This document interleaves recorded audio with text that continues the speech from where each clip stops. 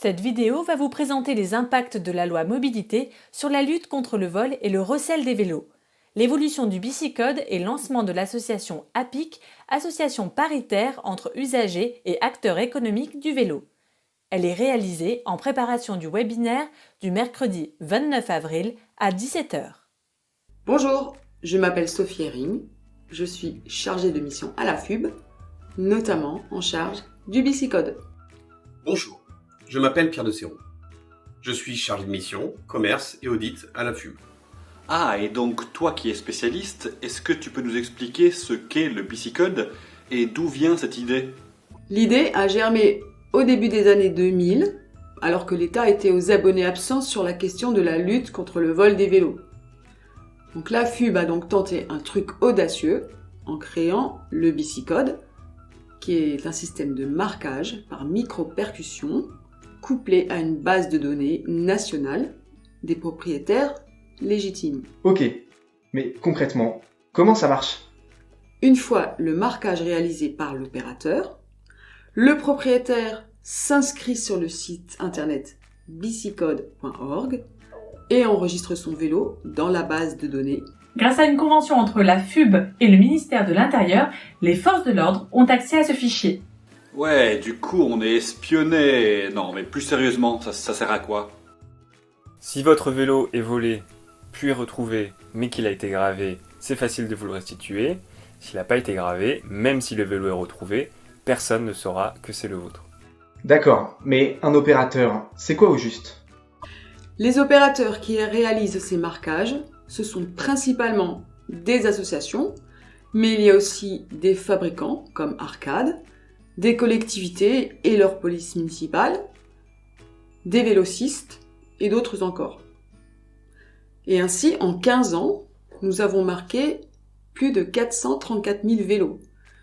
Et de ce fait, le Bicicode est le premier système de marquage en nombre de vélos marqués. Mais ça suffit ça pour lutter contre le vol et le recel de vélos ? Non, il reste beaucoup à faire encore. Quand on sait que chaque année, il y a 400 000 vélos volés, qu'il se vend 3 millions de vélos neufs et qu'on estime qu'il y a 28 millions de vélos en circulation. Donc 28 millions de vélos en circulation contre 434 000 vélos marqués, eh bien le compte n'y est absolument pas. Pour lutter réellement contre le fléau qu'est le vol, il faudrait un taux de couverture vaccinale qui permette de créer un réflexe. J'achète un vélo, je vérifie qu'il est marqué et non déclaré volé. Et c'est pourquoi la FUB milite dès l'origine pour un marquage généralisé, notamment à la source. Et du coup, la généralisation de l'identification des vélos, c'est pour quand ? Grâce à notre plaidoyer, le plan vélo annoncé par le gouvernement en 2018 inclut la généralisation.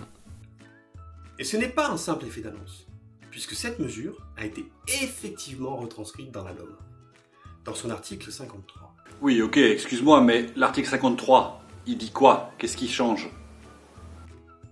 La loi, LOM, dit que tous les vélos neufs et d'occasion vendus par les commerçants ou assimilés devront être marqués dès 2021. Comme pour le Bicicode depuis 15 ans, l'identification de chaque vélo par un numéro unique permettra, en cas de vol, d'identifier le propriétaire et ainsi de rendre possible sa restitution. Cela sera coordonné avec un plan global de lutte contre le vol et le recel des vélos. La LOM, la loi mobilité, prévoit un rapport annuel sur ce thème. Tu peux me préciser un truc ? Commerçant ou assimilé, qu'est-ce que ça signifie ? Oui, même question. Les associations qui font de la revente atelier ou bien du recyclage ou qui vendent des vélos, elles sont concernées ? C'est une très bonne question. Oui, elles le sont concernées. À partir du 1er juillet 2021, puisqu'il s'agit au final de vente de vélos d'occasion. L'idée est de leur proposer de nouvelles solutions techniques de marquage et des machines à graver à des conditions tarifaires avantageuses. Nous travaillons d'arrache-pied sur ces questions-là, mais pour l'instant, chut. Ah oui, dis donc, vous prenez toutes les précautions. Mais dis-moi juste une chose, l'identification d'un vélo, c'est comme une immatriculation finalement, non ? Non, pas du tout. La loi est très claire. L'identification ne sera utilisée que dans le cadre d'un vol et d'affaires de recel. En clair, il ne s'agit pas d'une immatriculation et il n'y aura pas de carte grise pour le vélo. Ah, ouf, je suis rassuré. Mais attends, dans ce cas, pourquoi est-ce qu'on parle de créer un fichier national? Pour une raison simple. L'idée, c'est que les forces de l'ordre puissent avoir un interlocuteur unique, et non autant d'interlocuteurs que d'opérateurs de marquage. Car il n'y a pas que Bicicode pour identifier les vélos. Et c'est pour cela que la loi impose la création d'un fichier national unique des cycles identifiés, le FNUCI. Et le fichier Bicicode dans tout ça? Grâce à Bicicode, la FUB a acquis une expertise indéniable en matière de gestion de bases de données nationales et d'interface avec les forces de l'ordre. Par ailleurs, l'Union Sport et Cycle représente les industriels et les distributeurs, qui sont principalement concernés par l'obligation de la vente de vélos identifiés. C'est donc naturellement que la FUB et l'Union Sport et Cycle se sont mis d'accord pour cofonder une association qui va gérer, de manière paritaire, le fichier national unique des cycles identifiés. L'APIC, c'est l'abréviation de Association pour la promotion et l'identification des cycles. C'est une première mondiale que de réunir ainsi une association d'usagers et une association représentant les industriels et distributeurs sur une mission commune, la lutte contre le vol et le recel de vélos. Super. Et elle va fonctionner comment, cette APIC? L'idée, c'est que tous les acteurs du vélo soient représentés au sein de l'APIC. C'est pour cela que les associations, les opérateurs de marquage, Bicicode, vont être invités à contribuer à la gouvernance de cette association, pour qu'elle soit la plus représentative possible. C'est aussi une première, et nous y contribuons. Donc, la PIC va gérer le FNUCI. Mais la FUB, elle va continuer à gérer le Bicicode? Alors aujourd'hui, Bicicode agit sur 4 domaines. La génération de numéros uniques, l'interface avec les forces de l'ordre, la proposition de solutions d'identification avec le marquage et l'enregistrement des données des vélos et de leurs propriétaires dans une base de données. Soit. Mais demain? Demain, la génération de numéros uniques et l'interface avec les forces de l'ordre seront assurées par l'APIC. Cela va permettre à Bicicode de se concentrer sur 2 missions principales, qui sont de proposer des solutions d'identification efficaces et accessibles, et de faciliter l'enregistrement des propriétaires dans une base de données. Il n'y aura pas plus de changements que ça? Si Bicicode est, grâce aux associations, opérateurs de marquage, une activité lucrative pour la FUB qui se développe.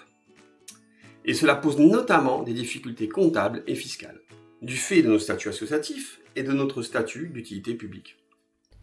Cela pose aussi une autre difficulté liée à l'engagement de la FUB au sein de l'APIC, car selon la loi, l'APIC va participer aux procédures d'agrément des opérateurs, autrement dit, dire quel système d'identification, quelle méthode, quel procédé technique est valable ou non. Et cela pose du coup un problème de partialité si tout est confondu. D'accord, mais la solution, c'est quoi? La solution, c'est de conserver Bicicode comme une activité qui appartient à la FUB, mais de créer un voile juridique avec elle, de l'isoler. Et donc, de créer une filiale qui appartient à la FUB. Clairement, c'est ce que nous demande de faire l'État. Ok, alors, disons que je suis opérateur Bicicode. Ça change quoi? Les associations qui sont aujourd'hui opérateurs Bicicode pourront le rester. Ce qui change, c'est que les commandes de numéros, les facturations ne s'effectueront plus au niveau de la FUB, mais directement auprès de sa filiale, Bicicode. Et pour le marquage et l'enregistrement? J'allais y venir. L'opérateur sur le terrain marquera le vélo, comme d'habitude, et il devra aussi préenregistrer les données obligatoires, minimales, du vélo et du propriétaire. Charge ensuite à ce dernier de compléter et de mettre à jour ces données. Pourquoi cette étape supplémentaire? C'est ce qu'exige la LOM et son décret d'application. Par ailleurs, pour que le système marche, il faut qu'il y ait une couverture vaccinale suffisamment large et donc que le maximum de vélos qui ont été identifiés soient aussi enregistrés et liés à un propriétaire. Sinon, en fait, ça sert à rien de les enregistrer. Or, cela ne peut être le cas que si l'enregistrement est réalisé directement. Nous travaillons pour vous proposer un outil très simple, facilitant aussi bien la procédure de commande, d'identification que l'enregistrement. Ok, je comprends mieux, merci. Mais j'ai encore 2 questions. Première question, qu'est-ce qui va se passer avec les 434 000 vélos déjà marqués depuis 2004 ? Ils seront toujours conservés au sein de la base de données BiciCode. Mais en complément, leurs données seront aussi transmises au FNUCI pour que les forces de l'ordre continuent à y avoir accès à des fins de restitution en cas de vol. Ok, et deuxième question, si je suis un opérateur, qu'est-ce que je fais si j'ai du stock restant de numéros ? En ce qui concerne les stocks de numéros non utilisés fin 2020, ne vous inquiétez pas. Vous pourrez encore les utiliser en 2021. Ah, en fait, une dernière chose. Demain, vous l'aurez compris, les appétits sur ce marché en développement vont s'aiguiser. C'est pourquoi nous vous invitons à devenir dès maintenant opérateur et à commander votre autocollant qui vous identifie comme opérateur agréé. Si vous avez des questions, alors n'hésitez pas à nous les envoyer dès à présent à l'adresse suivante bicicode@fub.fr et à vous inscrire pour participer au webinaire du 29 avril à 17h qui sera consacré à vous apporter des réponses et des compléments.